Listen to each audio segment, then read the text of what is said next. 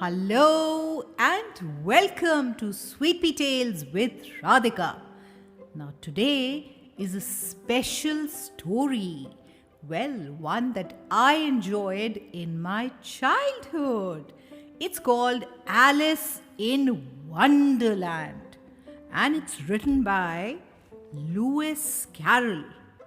So let me tell you that Lewis Carroll was an English author and he wrote this fantasy tale in 1865. Can you believe it? Almost 150 plus years back? Well, he was a brilliant mathematician, a skilled photographer, and a meticulous letter and a diary writer. Well, wasn't he talented? And he also wrote numerous stories and poems for children. And this one is my favorite.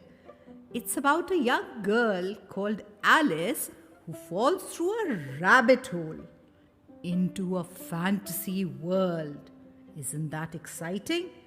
And she had some amazing adventures there. Well, why wait? Let's be a part of her adventure then. Little girl called Alice loved books, adored adventures, and found herself to be very curious about a great many things. And she had some amazing adventures in a place called Wonderland. One day, Alice was resting by a river with her sister when a rabbit ran past. This was not just an everyday rabbit. This was a white rabbit dressed in fine clothes and carrying a pocket watch. Alice watched as the white rabbit hurried into a rabbit hole and disappeared from sight. Being curious, she quickly followed.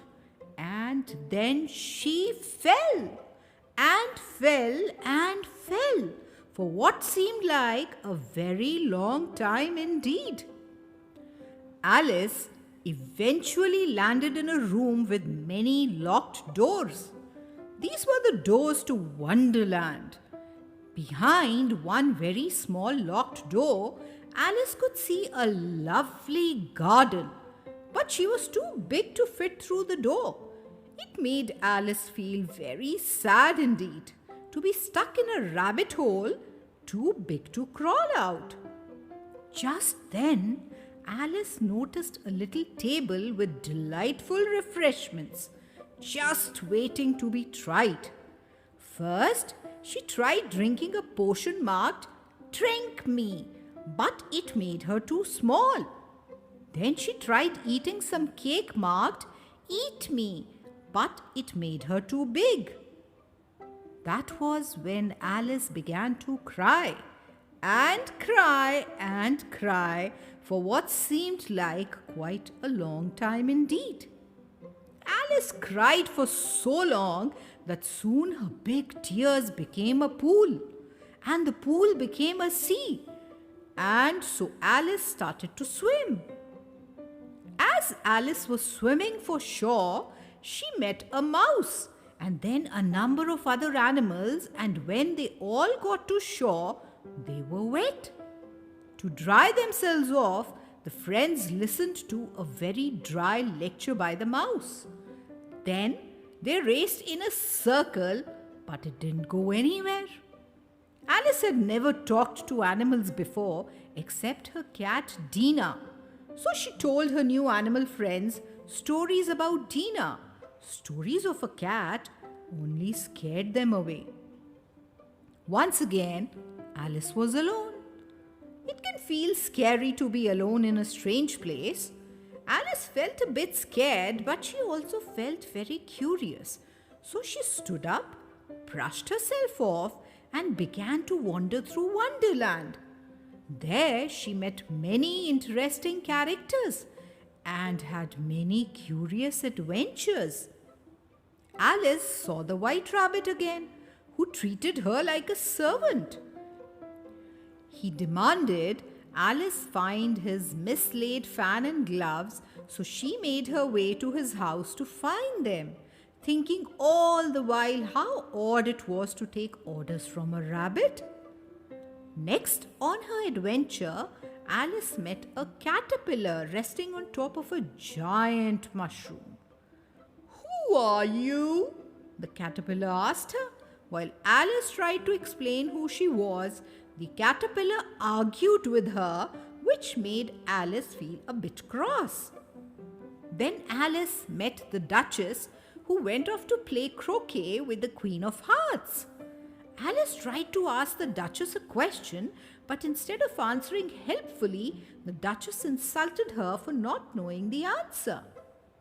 Alice kept walking and met a grinning Cheshire cat, who explained to Alice that everyone in Wonderland was mad, including her.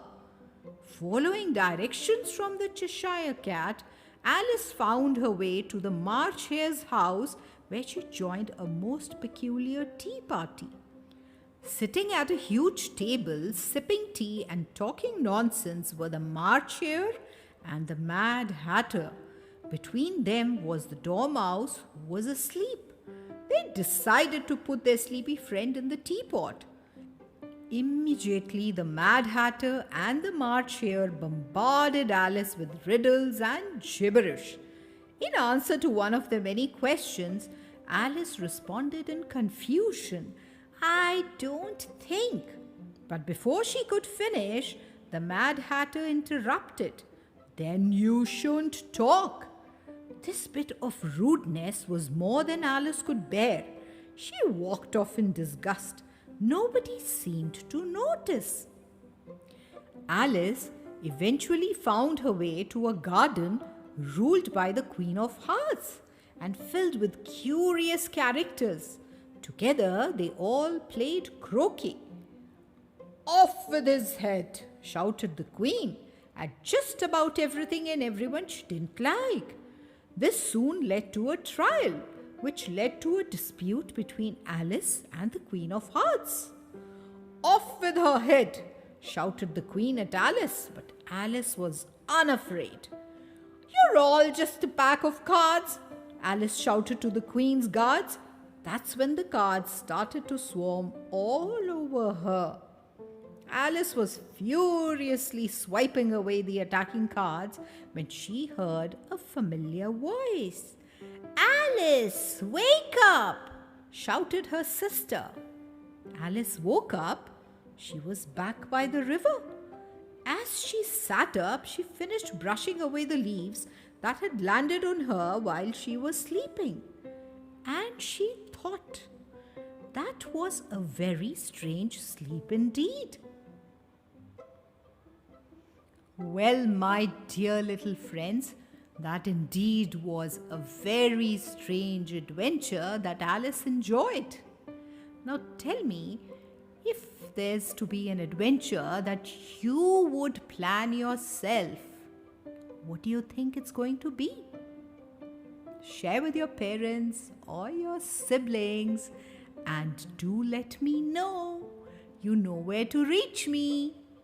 That's all for now. Take care. See you soon.